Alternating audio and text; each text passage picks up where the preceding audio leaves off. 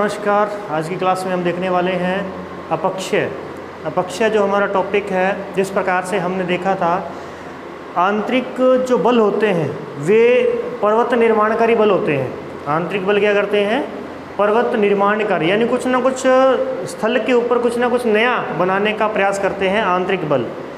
जबकि बहिर्जात जो बल होते हैं, बाहरी जो बल होते हैं, वह होते हैं समतल स्थापक बल। बहिर्जात बल क्या कहलाते हैं? समतल स्थापक बल कहलाते हैं, यानी वो समतल करने का प्रयास करते हैं। जो भी बाहर धरातल पर जो भी ऊंचावच मौजूद हैं, जो भी उत्पाट है, जो ऊपर नीचे की जो भूमि है, उसको समतल करने का प्रयास कौन करेगा? बहिर्जातीय बल। अब बहिर्जातीय बल के अंतर्गत क्या होता है? एक होता है अपक्षय और एक होता है अपर्दन। एक होता है अपक्षय और एक होता है अपर्दन। चलिए देख लेते हैं किस प्रकार से अपक्षय क्या होगा। तो देख लीजिए भी, ये जैसे चट्टान है। अब ये जो चट्टान के दो टुकड़े हुए हैं, ये किस वजह से हुए हैं? ये अपक्षय की वजह से हुए हैं। तो अब आपके दिमाग में ये प्रश्न रहेगा कि भी अपक्षय की वजह से ये टुकड़े हुए हैं, यहाँ अपर्दन किसे कहेंगे हम? यानी अपक्षय किसे कहेंगे या फिर अपर्दन हम किसे कहेंगे? तो देख लीजिए, यहाँ चलते हैं। तो सबसे पहले देखते हैं कि जो बहिर्जात बल होते हैं, बहिर्जात बल, बहिर्जात बलों के द्वारा, बहिर्जात बल जो होते हैं वो क्या होते हैं? समतल स्थापक बल कहलाते हैं। समतल स्थापक बल होते हैं, समतल करने का प्रयास करते हैं। और यही जो समतल करने का जो प्रयास करते हैं, तो उसके अंतर्गत क्या हो जाता है? जो चट्टानें होती हैं, वो चट्टानों को काट करके, तोड़ करके, किसी न किसी तरीके से उसको छोटा करते जाते हैं। यानी चट्टानों के ऊपर की जो परतें जैसे जैसे हटती जाती हैं, उसे हम कहते हैं अनाच्छादन। अनाच्छादन यानी बहिर्जातीय बल क्या करते हैं? अनाच्छादन की प्रक्रिया करते हैं। अनाच्छादन यानी कि चट्टानों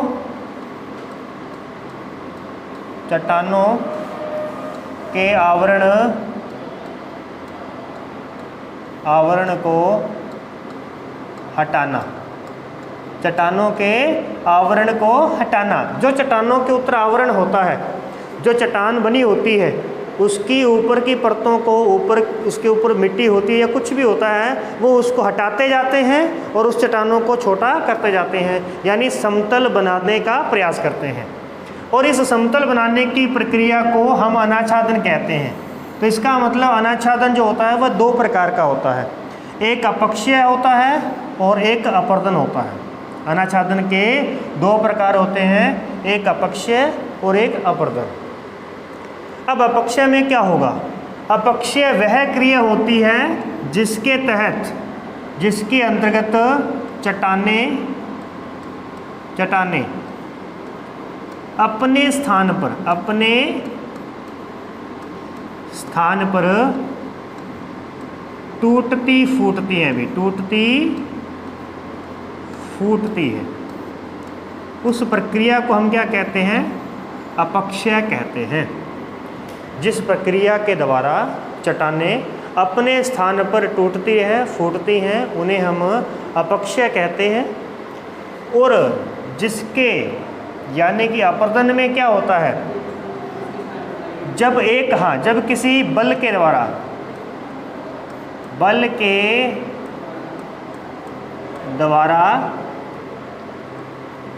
घिसकर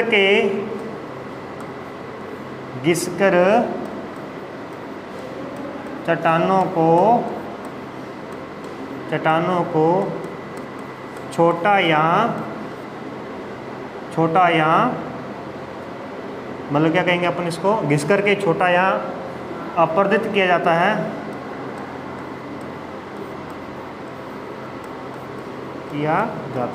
यानी चट्टानों को घिस करके छोटा करना क्या कहलाएगा? अपर्दन।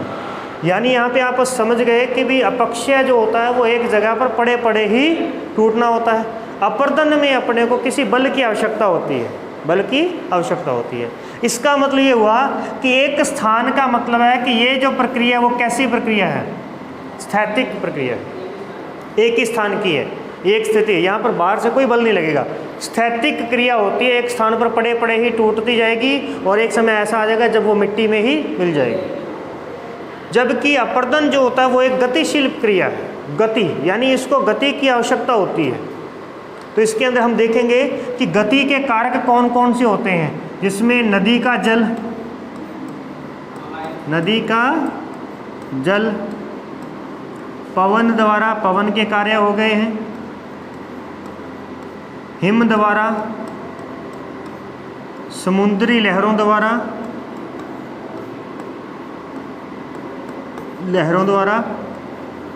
और भूगर्भिक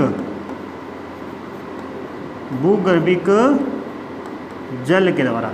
इन सब के द्वारा, ये बाहर एक कारक है, ये कौन से हैं, ये अपर्दन के कारक हैं जो कि अपर्दन करेंगे, ठीक है, उन्हें कारक कहा जाता है। और अपर्दन करके होगा क्या, उसको चट्टान को घिसा जाएगा और उसे छोटा कर दिया जाएगा और उसे समतल कर दिया जाएगा, ठीक है। जबकि यहाँ पर स्थैतिक क्रिया है, एक स्थान पर देखना है अपने को, तो देख लेते हैं। या तो चट्टानों का विघटन होगा, एक स्थान पर तो क्या हो सकता है अभी, या तो चट्टानों का विघटन होगा, विघटन यानी कि टूटना, और वियोजन यानी कि चूर्ण बनना, वियोजन यानी कि चूर्ण, यानी चट्टानों का अपनी जगह पर पड़े पड़े टूटना विघटन कहलाता है और अपनी जगह पर पड़े पड़े चूर्ण में परिवर्तित होना वियोजन कहलाता है। विघटन जो होता है ये किसके द्वारा होता है, ये भौतिक अपक्षय के कारण होता है, भौतिक अपक्षय। जबकि वियोजन जो होता है ये किसके द्वारा होता है, रासायनिक अपक्षय के द्वारा होता है, रासायनिक अपक्षय के द्वारा होता है। इसी के साथ जैविक अपक्षय भी हम इसमें कह देंगे, जैविक अपक्षय, जैविक अपक्षय। तो सबसे पहले हमारे पास आया कि बहिर्जात जो बल होते हैं वह समतल स्थापक बल होते हैं, वह भूमि के ऊपर के भाग को समतल करने का प्रयास करते हैं। आप इस प्रकार से ये लाइनें लिखेंगे।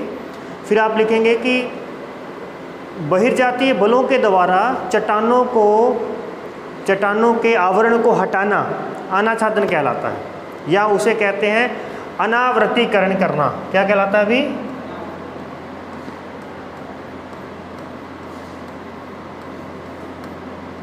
अनावृति। अब इसके अंदर अगर आप अनावृति तक अगर हम पढ़ें, इसका करण शब्द हटा दें पीछे से, इसे हम कहेंगे अनावृति, यानी कि उसके ऊपर का जो वृत्ति, जो उसके ऊपर आवरण है, उसको क्या कर दिया उसने, अनावरण कर दिया, उसे हटा दिया। तो अनावरण करना, अनाच्छादन करना क्या कहलाता है अभी, ये प्रक्रिया होती है। अब अनाच्छादन दो प्रकार का हो गया। चट्टानों को या तो अपने आप वो ऊपर से आवरण हट जाएगा उसका, या किसी के माध्यम से आवरण हटेगा। अगर अपने आप हटेगा तो उसे अपक्षय कहेंगे, अगर किसी के माध्यम से हटाएंगे तो अपर्दन कहेंगे। माध्यम यानी कि इसमें हमें माध्यम की आवश्यकता है, तो नदी का पानी, जल के अंदर नदी का पानी आएगा, और पवनों के अंदर पवनें आएंगी, हिम आएगा, समुद्री लहरें आएंगी और भूमिगत जल आएगा। दूसरी तरफ अपक्षय, जो अपने जगह पर ही टूटना होता है, तो वह कितने प्रकार का होता है अपक्षय, दो प्रकार का। टूटना विघटन कहलाएगा और चूर्ण बनना वियोजन कहलाएगा। और टूटना जो होता है वो किसके द्वारा टूटता है, भौतिक अपक्षय, यानी टूटने के समय बड़े बड़े टुकड़े होंगे, और चूर्ण बनने के समय बिल्कुल बारीक बारीक टुकड़े हो जाएंगे, ठीक है, चूर्ण बन जाएगा बिल्कुल ही। और वो किसके द्वारा होता है, रासायनिक या जैविक अपक्षय से होता है। चलिए, तो इस प्रकार से हम देखते हैं, तो हम समझ सकते हैं यहाँ पे। देखिए, ये एक चट्टान थी और ये चट्टान एक जगह पर पड़े पड़े ही क्या हो गई भी, टूट गई। इसके बीच में दरारें आ गई और दरारें आने के बाद में ये टूट चुकी है पूरी की पूरी, तो हम इसे क्या कहेंगे, विघटन, यानी इस चट्टान का क्या हो गया, विघटन हो गया है। ओके, इसके बाद देखिए जरा, अब बात आती है कि अपक्षय को नियंत्रित करने वाले कारक कौन से होते हैं। यानी आपसे ये प्रश्न पूछ लिया गया, अपक्षय को नियंत्रित करने वाले कारक बताइए। तब आप इसकी पूरी व्याख्या करेंगे अच्छी तरीके से। सबसे पहले, चट्टान का संगठन और संरचना, ये कैसे प्रभावित करता है? अभी ये प्रभावित करता है कि यदि चट्टान का संगठन काफ़ी मजबूत है, वो आग्नेय चट्टानें हैं, उसके अंदर अगर मान लो जल नहीं जा पा रहा है तो वहाँ पर अपक्षय की प्रक्रिया बहुत धीमी होगी। यानी ऐसी चट्टानों के साथ में रासायनिक अपक्षय होगा भी। ऐसी चट्टानों के साथ क्या होगा भी? रासायनिक अपक्षय होगा। तो इस प्रकार से आप इसके अंदर लिख सकते हैं। और जिन चट्टानों के अंदर जल आसानी से चला जाएगा वहाँ भौतिक अपक्षय होगा। तो इस प्रकार से आप आगे चल करके समझ जाओगे कि भौतिक अपक्षय कैसे होता है, रासायनिक कैसे होता है और जैविक अपक्षय कैसे होता है। स्थल के ढाल का स्वभाव। अब स्थल का जो ढाल है, अगर कोई चट्टान का ढाल ऐसा है और यहाँ पर चट्टान पड़ी है तो इसमें अपक्षय बहुत ही धीमी गति से होगा। और अगर कोई ढाल ऐसा है और चट्टान इस जगह पर पड़ी है तो इसका अपक्षय बहुत तीव्र गति से होगा। तो आप समझ गए कि जैसे जैसे ढाल बढ़ता जाएगा अपक्षय की गति बढ़ती जाएगी। क्लियर है? ऐसे आप समझा सकते हैं। जलवायु में भिन्नता, ये बहुत इंपॉर्टेंट कारक है। ये भौतिक अपक्षय के लिए सबसे बड़ा कारक है। भौतिक अपक्षय के लिए सबसे बड़ा कारक है। इसके अलावा रासायनिक भी होता है, हम उसे देखेंगे। यानी जलवायु में परिवर्तन। अब जलवायु में परिवर्तन का मतलब है कि बहुत ज़्यादा गर्मी हो जाना, फिर एकदम से ठंड हो जाना। ठीक है, बहुत अधिक गर्मी की वजह से चट्टानें फैलने लगती हैं और बहुत अधिक ठंड की वजह से चट्टानें सिकुड़ने लगती हैं। फैलने और सिकुड़ने की क्रिया के अंदर चट्टानों का एक समय ऐसा आता है जब वो टूट जाती हैं, बिखर जाती है। ठीक है, एक होता है हमारे पास में वनस्पति का प्रभाव, और वनस्पति का प्रभाव हम जैविक अपक्षय के अंदर देखेंगे। किसमें देखेंगे? जैविक अपक्षय में देखेंगे। वनस्पति जो होती है, पेड़ पौधों की जड़ें कई बार चट्टानों को तोड़ने का काम भी करती हैं और कई बार चट्टानों को जोड़कर रखने का काम भी करती हैं। इसलिए वनस्पति का प्रभाव भी देखा जाता है कि वनस्पति अपना किस प्रकार का प्रभाव दिखाती है। तो ये आपके पास में 4 बिंदु आ चुके हैं जो अपक्षय को नियंत्रित करेंगे, जिनकी वजह से अपक्षय तीव्र भी हो सकता है और मंद भी हो सकता है, और उसी को ही कहते हैं अपक्षय को प्रभावित करने वाले कारक, उसे नियंत्रित करने वाले कारक कहलाते हैं। इसकी डेफिनेशन आप अच्छी तरीके से लिख दोगे।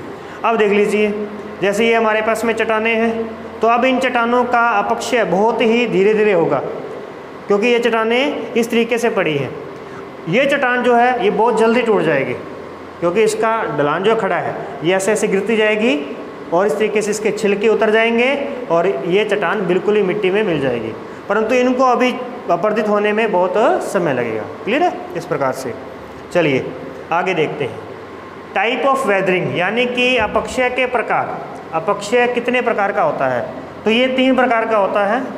भौतिक अपक्षय, जिसे हम भौतिक या यांत्रिक अपक्षय कहेंगे।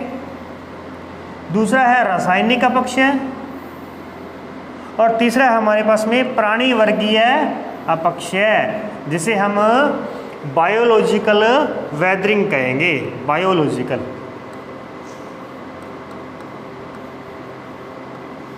बायोलॉजिकल। आप इंग्लिश को भी ध्यान रखा करें। एक हमारे पास में केमिकल वेदरिंग, केमिकल वेदरिंग यानी रसायन। एक हमारे पास में फिजिकल वेदरिंग। ठीक है, इस प्रकार से। अब फिजिकल वेदरिंग के अंदर यानी भौतिक अपक्षय कैसे होता है? भौतिक कारक कौन कौन से हैं? जल है, सूर्य ताप है, तुषार है, वायु है, दाब है। ये सब भौतिक कारक है। ये कौन से कारक है? भौतिक, जिसे हम यूँ कहें अजैविक, जिसमें ये अजैविक हो गए। ठीक है, अब इसमें क्या होगा अभी? भौतिक यानी ये हमारी जो भौगोलिक संरचना है, जो भी हमारे वातावरण है, इसके अंदर जो भी पॉइंट होते हैं ये भौतिक कारक होते हैं। अब जैसे हम देखते हैं कि जल की वजह से कैसे परिवर्तन हो सकता है, कैसे अपक्षय हो सकता है। तो इसमें आप क्या लिखोगे? जल के योजन से अपक्षय। एक पॉइंट लिख लो। भौतिक अपक्षय लिखने के नीचे आप लिखोगे जल योजन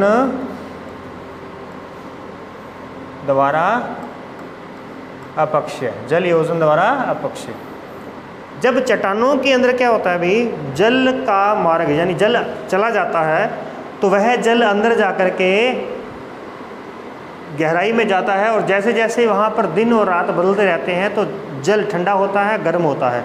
तो ठंडे गर्म होने की इस प्रक्रिया के अंदर, क्योंकि आपको पता है कि जब ठंडा होता है तो एक बार तो वह उसका घनत्व जो होता है वो बढ़ जाता है, यानी कि वो जल जो होता है वो थोड़े एरिया में आ जाता है, यानी इकट्ठा हो जाएगा जल। और फिर जब ज़्यादा टेम्परेचर कम हो जाएगा तो फिर वो फैल जाएगा। एक समय आता है जब जल का घनत्व पहले तो बढ़ने लगता है, फिर घटने लगता है। घटने का मतलब है कि वो फिर से दूर होने लगा, उसके कण क्या होने लगे, दूर होने लगे।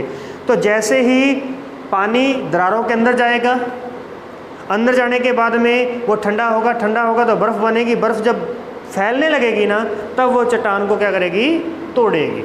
तो इस प्रकार से जल जो होता है वो तोड़ता है। सूर्य ताप यानी तापमान के कारण,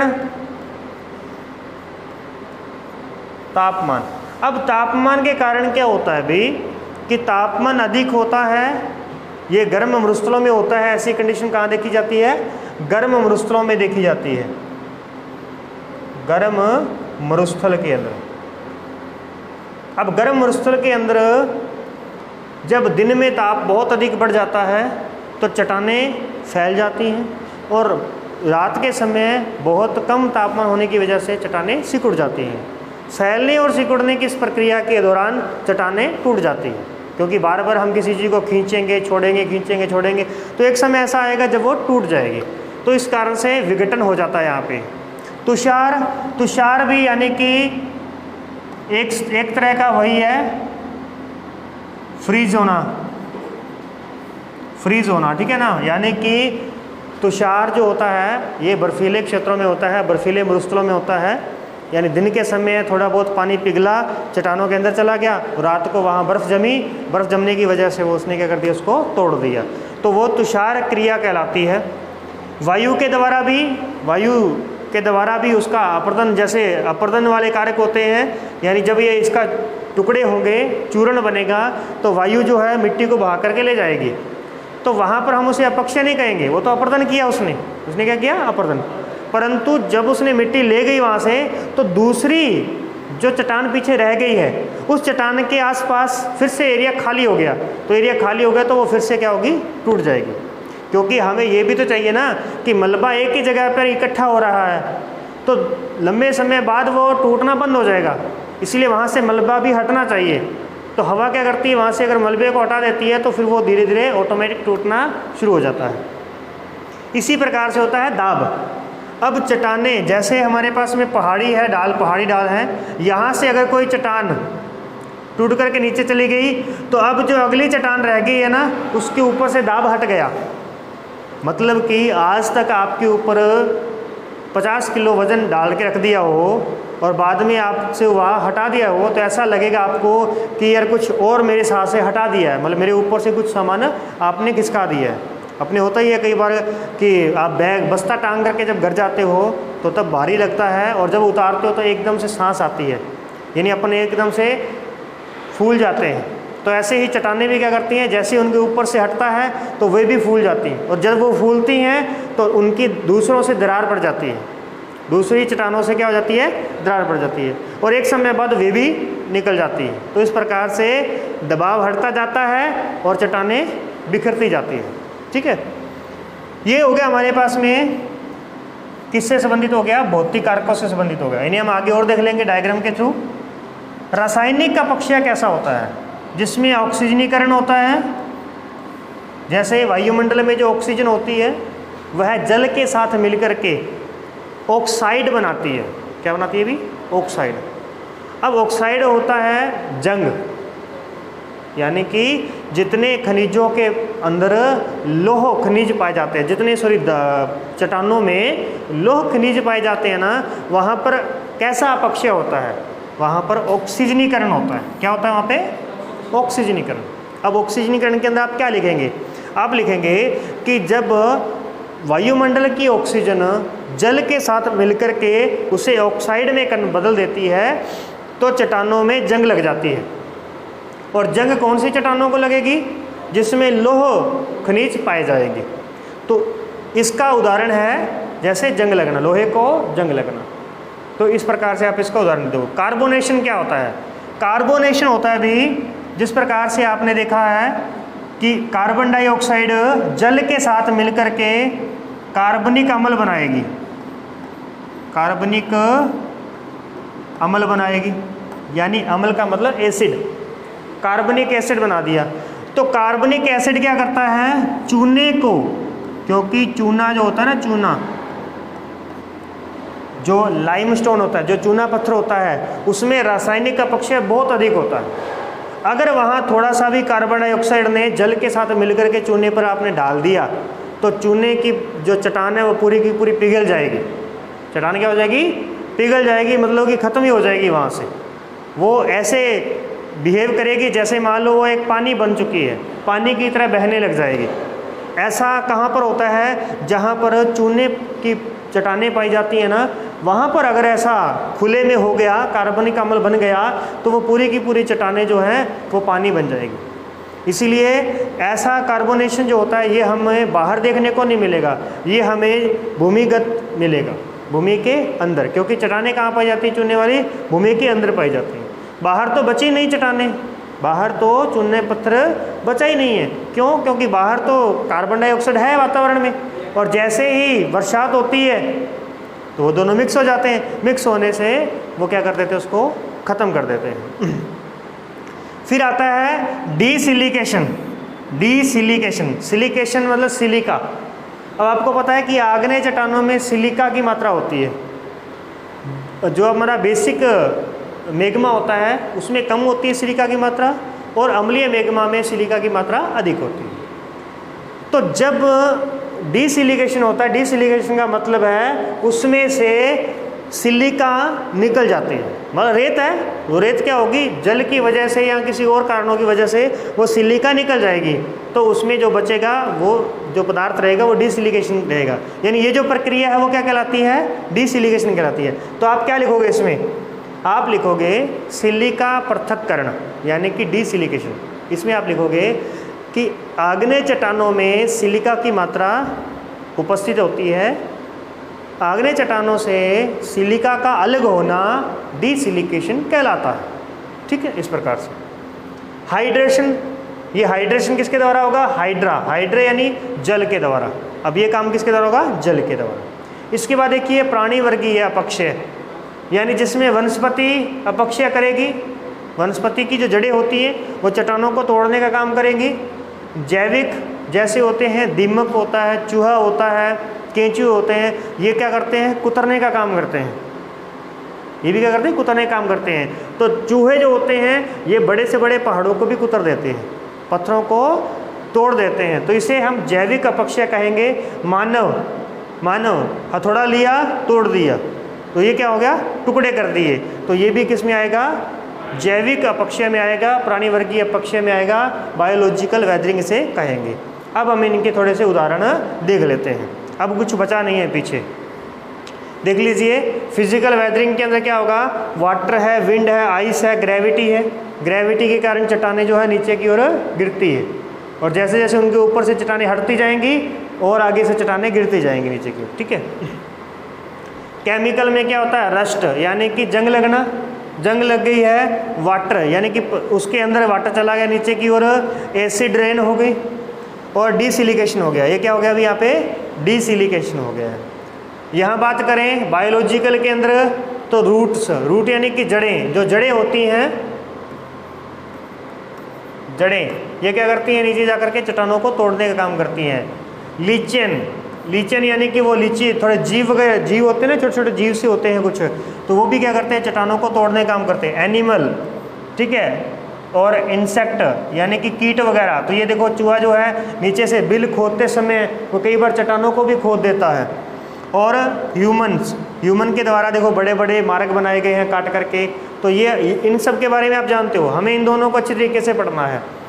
चलिए तो आगे देखते हैं। ये है तुषारी अपक्षय, इसे हम क्या कहेंगे? तुषारी अपक्षय कहेंगे। यानी पहले पानी आया, फिर वो पानी रात में ठंडा हुआ तो चट्टान में थोड़ी दरार बढ़ी तो पानी और नीचे चला गया, और नीचे चला गया तो फिर से क्या हो गया अभी, मतलब ठंड हुई, ठंड होने की वजह से फिर से दरार बढ़ गई, और दरार बढ़ने के बाद में एक समय ऐसा आया जब वो टूट गया।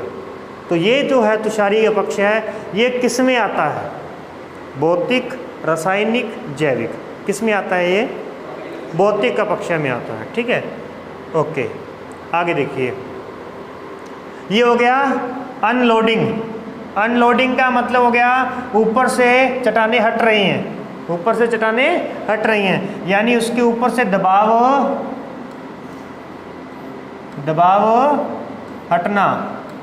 दबाव हटना क्या कहलाता है, अनलोडिंग कहलाता है। ठीक है, ये कौन सा हो गया, रूट वेदरिंग होगी। ठीक है, रूट के द्वारा हो गया, ये किसके द्वारा हो गया, फ्रोस्ट। फ्रोस्ट यानी कि तुषार।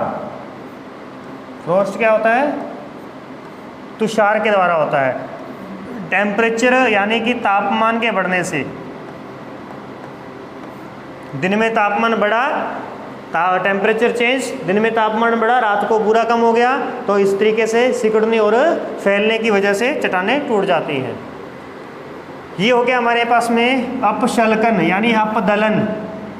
अपदलन, देखो सूरज की किरणें यहाँ पे पड़ रही हैं, तो यहाँ से क्या होगा, सबसे पहले ऊपर की ये जो चट्टान है पहले इस तरीके से थी, ये पूरी थी, ये चट्टान हमारे पास में पूरी थी। अब क्या हुआ कि ऊपर का भाग अभी तक रुका हुआ है, लेकिन जो भाग ये वाला था ना, ये टूट गया। इसकी वजह क्या, क्योंकि यहाँ पर ढाल कैसा है, ढाल खड़ा है, और ये ढाल क्या है, अभी यहाँ मंद है। तो अब इसके बाद में ये वाली ऊपर से परत हटेगी, और ऐसे करते करते इसकी परतें हटती जाएंगी, और एक समय में ये मिल जाएगी मिट्टी के साथ में। तो इस तरीके से परतों का हटना क्या कहलाता है, अपदलन कहलाता है, या अपशलकन कहलाता है, यानी छिलका उतरना ये कहलाता है। ये देखिए, आपने पहाड़ों के अंदर देखा होगा, पहाड़ों पर अगर गए होंगे तो आपको कुछ चट्टानें इस प्रकार की मिलेंगी। ठीक है ना, ये देखिए, फिर उसके बाद में आगे चलते हैं। ये हो गया दाब मोचन, ये सेम वही आ गया हमारे पास में अनलोडिंग वाला, अनलोडिंग। ठीक है, अनलोडिंग के कारण क्या हुआ, ऊपर से जैसे जैसे लोड हटता गया, नीचे नीचे से परतें निकलती गई, पहले एक परत, दो परत, तीन परत, ऐसे करते हुए परतें निकलती गई। और इस प्रकार की वेदरिंग को हम ओनियन स्किन कहते हैं। ओनियन स्किन, ओनियन मतलब प्याज, जैसे प्याज के होते हैं ना, छिलका एक ले गया फिर दूसरा उतर गया, तो ऐसे ऐसे करते हुए देखो, ये पहले ऊपर वाली ये है, ये इसकी ऊपर थी पूरी की पूरी, उसके अंदर वाली ये है, फिर आगे की ये, तो ये जो इस प्रकार से जो इसके ऊपर से उतर रही है, इसे हम ओनियन स्किन वेदरिंग बोलते हैं। यानी प्याज त्वचा, हिंदी में क्या बोलेंगे, प्याज त्वचा अपक्षय, इस प्रकार से कहलाएगा। ठीक है, और यानी दाब मोचन, दाब मोचन यानी कि दाब हटना। ठीक है, ये हो गया हमारे पास में रूट। ये देखो, पेड़ क्या करते हैं, देखो पेड़ों की जड़ें अंदर गई और पेड़ों ने इसको क्या कर दिया, तोड़ दिया। तो इस प्रकार से जैविक, ये जैविक अपक्षय हो गया। ये और देख लो अच्छी तरीके से, प्याज का और नमूना आ गया हमारे सामने, है ना, तो इस तरीके से हो गया। इसके बाद में ये देखो, ये केंटुकी है, यूएसए के अंदर केंटुकी, वहाँ पर इस प्रकार से आपको देखने को मिलेगा बहुत सी, यानी पेड़ पौधों ने जड़ों को कहीं कहीं पर चट्टानों को रोक रखा है और कहीं पर उनको तोड़ दिया है, यानी रोकने का काम भी करती हैं और तोड़ने का काम भी करती है। ठीक है, ये हो गया हमारे पास में चेक गणराज्य है, चेक गणराज्य है जो कि यूरोप का एक देश है, तो वहाँ पर हमें इस प्रकार से देखने को मिलेंगे, बहुत से एग्जाम्पल हैं। ये आ गया हमारे पास में पोलैंड, तो पोलैंड के अंदर भी आप देख सकते हैं ये चट्टानें जो हैं, पेड़ पौधे जो है किस प्रकार से चट्टानों का जो है अपक्षय करते हैं और उन्हें बचाते हैं। ठीक है, ये हो गया। और क्या रह गया, फ्रीज एंड था। फ्रीज एंड था होता है यानी कि जमना और पिघलना। ठीक है, जमने और पिघलने की स्थिति में क्या होता है, वो चट्टानें टूटने लग जाती हैं। पहले पानी अंदर गया, जमने लगा, जमा तो टूट गया, फिर और पानी अंदर गया और दरार आई, तो इस तरीके से यहाँ पे हो जाता है। ठीक है, हालांकि ये जो विंड के द्वारा ये जो पवन कर रही है ना, ये अपर्दन के अंदर आता है। ये जो जल कर रहा है ये भी किस में आता है, अपर्दन में आता है। ये जब किसी कारक के माध्यम से होगा वो अपर्दन कहलाएगा, और जो कोई भी कारक नहीं होगा, सिर्फ कौन से होंगे, ताप और क्या होगा, जल, तुषार, दबाव, इन सब के कारण होगा, उसे हम क्या कहेंगे, भौतिक अपक्षय कहेंगे। ये हो गया एसिड रेन ऑन लाइमस्टोन। तो एसिड रेन यानी कि जो आपने बात की थी हमने कार्बनिक अम्ल, तो कार्बनिक अम्ल क्या कर देता है, चूने पत्थर को बिल्कुल ख़त्म कर देता है। ये हो गया हमारे पास में रस्ट ऑन रॉक, यानी कि जंग, ये जंग लगी हुई है। इसमें जंग क्यों लगी, क्योंकि यहाँ कहीं ना कहीं लोह खनिज था, लोह खनिज बारीक बारीक जो होते हैं उसके अंदर मौजूद है, और जहाँ जहाँ लोह खनिज है वहाँ वहाँ पर क्या होगा, जंग लगेगी। तो जंग किसकी वजह से लगती है, इसे तो हम क्या कहेंगे, कार्बोनेशन। नीचे वाले इसे क्या कहेंगे हम, इसे ऑक्सीजनीकरण। ऑक्सीजनीकरण, ऑक्सीजन के कारण जंग लगती है, ठीक है। और कार्बन के कारण क्या होता है, चूना पत्थर जो होते हैं वो नष्ट होते हैं। फिर ये आ गया हमारे पास में प्लांट ग्रो करते हैं तो फिर उन चट्टानों को तोड़ते हैं। यहाँ देखो हम पैर घिस करके अगर चलते हैं तो चट्टानें घिसने लगती हैं। इसके बहुत से उदाहरण अपने को मिल जाएंगे। ये हो गया इंसेक्ट के द्वारा, ठीक है। और देख लें, ये केमिकल वेदरिंग है एसिड रेन की वजह से। ये कौन सी है, बायोलॉजिकल वेदरिंग है। ये कौन सी है अभी, आइस, कौन सी है ये वाली, ये मैकेनिकल यानी कि भौतिक अपक्षय है। ये भौतिक अपक्षय का उदाहरण है, ये जैविक अपक्षय का उदाहरण है, और ये आपका रासायनिक अपक्षय का उदाहरण है, ठीक है।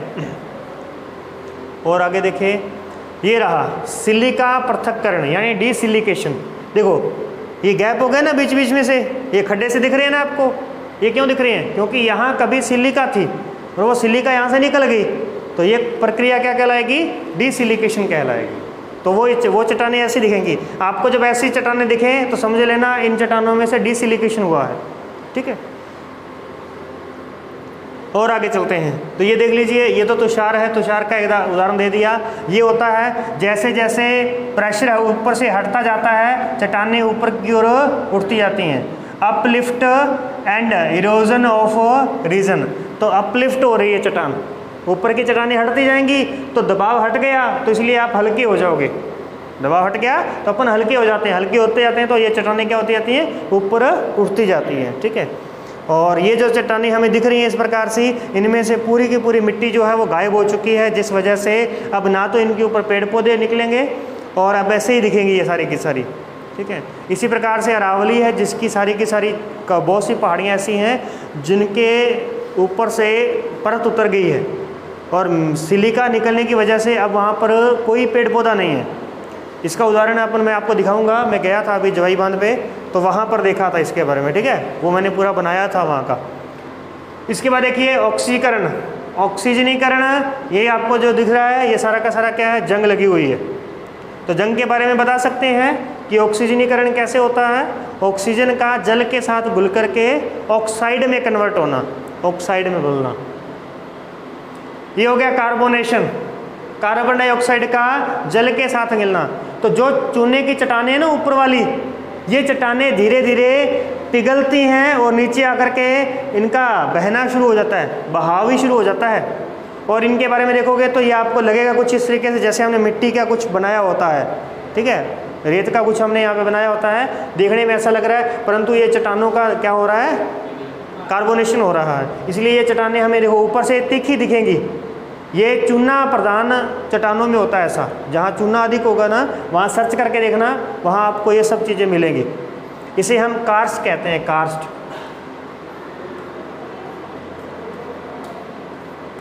कार्स्ट, ठीक है, इसके बारे में हमने देखा था, कार्स्ट के बारे में। अब देखिए आगे और क्या रह गया हमारे पास में।